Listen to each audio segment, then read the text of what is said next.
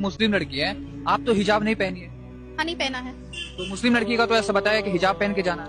नहीं, मुसलमानों में ये नहीं कहा गया कि आप हिजाब ही पहनिए। मुसलमानों में सिर्फ इतना कहा गया है कि भाई लड़कियां जो भी हैं वो पर्दे में रहें।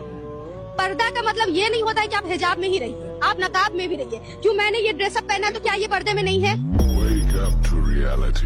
ऐ पैगंबर सल्लल्लाहु अलैहि वसल्लम, अपनी बीवियों और बेटियों और मुसलमानों की औरतों से कह दो कि बाहर निकला करें तो अपने चेहरों पर चादर लटकाकर घूंघट निकाल लिया करें। ये चीज उनके लिए मूजिब शनाख्त तो इम्तियाज होगी, तो कोई उनको ईजा न देगा।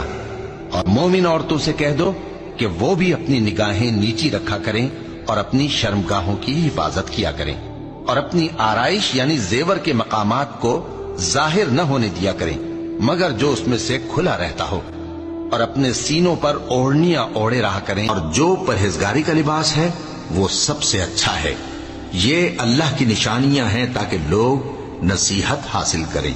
ऐ बनी आदम, देखना कहीं शैतान तुम्हें बहका न दे, जिस तरह तुम्हारे माँ बाप को बहका कर बहिश्त से निकलवा दिया और उनसे उनके कपड़े उतरवा दिए ताकि उनके सत्र उनको खोल कर दिखा दे।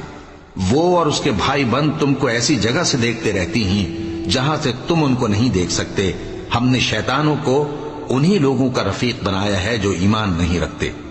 और ये लोग जब कोई बेहयाई का काम करते हैं तो कहते हैं कि हमने अपने बुजुर्गों को इसी तरह करते देखा है, और अल्लाह ने भी हमको यही हुक्म दिया है। कह दो कि अल्लाह बेहयाई के काम करने का तो हुक्म नहीं देता।